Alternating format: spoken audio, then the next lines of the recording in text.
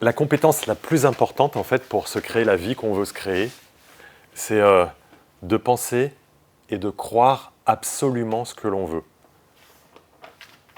De le penser, d'y croire. Et de l'être déjà, et simplement d'engager les actions pour pouvoir le faire.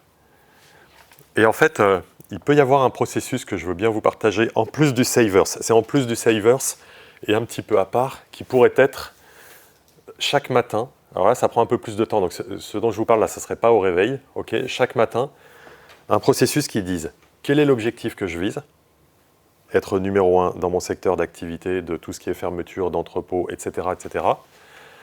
Je fixe ça. Ensuite, c'est une autre approche que je vous propose. Lister tout ce qui pourrait mal se passer pour que j'y arrive. Et le lister, c'est bien parce que sinon, quelque part à l'intérieur de moi, il y a une partie de moi qui le sait, qui le sent, qui le pense et qui va venir saboter mes réalisations pour le faire.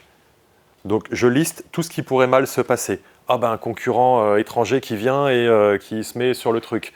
Oui. Est-ce que c'est pas penser négativement? Non, alors juste, c'est fait exprès. Je m'attends à ce type de questions. Je m'attends à ce type de questions. Ça va être pour anticiper que ces choses viennent là. Ça va être pour développer un truc dont on parle peu en développement personnel. Développer une véritable lucidité par rapport à ça, une objectivation de ça peut aussi mal se passer. Tu vois, je reviens sur mon 50 champs des possibles. Il peut se passer qu'il y ait un concurrent, il peut se passer que j'ai un incendie dans mes locaux, il peut se passer que j'ai mes meilleurs collaborateurs qui soient débauchés par les autres. Tout ça, c'est possible.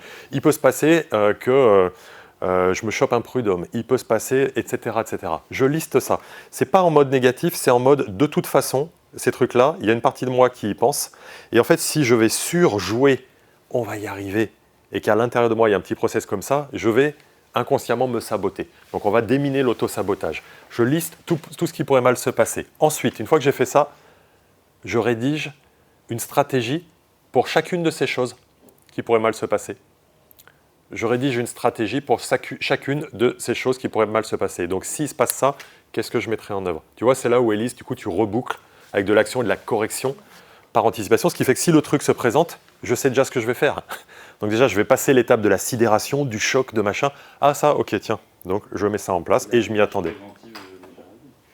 C'est la démarche préventive, ça. C'est la démarche préventive dont Gerline nous parle souvent, absolument. Oui, exact. Donc je liste, je trouve une stratégie pour chacune de ces choses. Une fois que j'ai calé la stratégie, je liste toutes les actions que je vais mettre en œuvre en face de chacune de ces stratégies. Ça voudra dire qu'il faudra que je fasse ça et ça et ça et ça. Et en fait, vous voyez qu'on est très dans le concret par rapport à ça.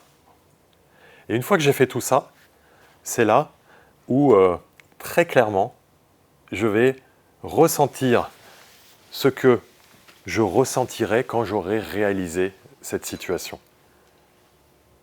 Où là, je vais ressentir, qu'est-ce que je vais ressentir? De la fierté, de la chaleur, de la confiance, de la solidité, de la puissance, de la certitude.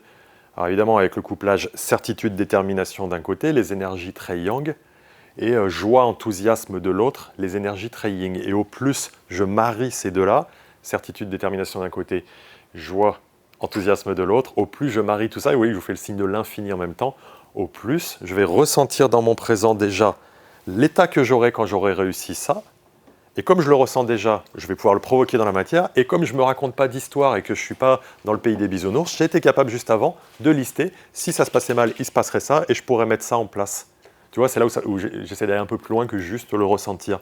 Ou en étant vraiment en mode, je suis complètement lucide sur ce qui peut se passer et je suis très solide par rapport à ça, en fait.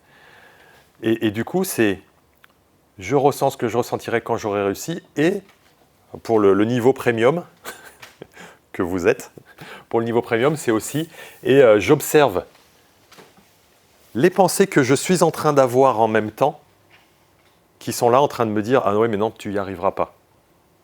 Je sais, c'est complexe, mais avec vous, je veux qu'on aille au bout. J'observe dans le même temps ces pensées qui viennent et qui me disent « Ah non, mais tu n'y arriveras pas, ah non, mais c'est compliqué, etc. » Et dans cet instant-là, dans cet instant précis-là, je choisis de corriger ces pensées. Pourquoi tu n'y arriverais pas? Tu as anticipé qu'il peut se passer ça, tu as mis en place la stratégie, tu as défini le plan d'action et tu es déjà en train de l'incarner, de le faire. Corrige, j'auto-corrige cette pensée. Vous voyez, c'est vraiment, je veux qu'on aille jusqu'au bout de l'histoire de on se ment pas, quoi.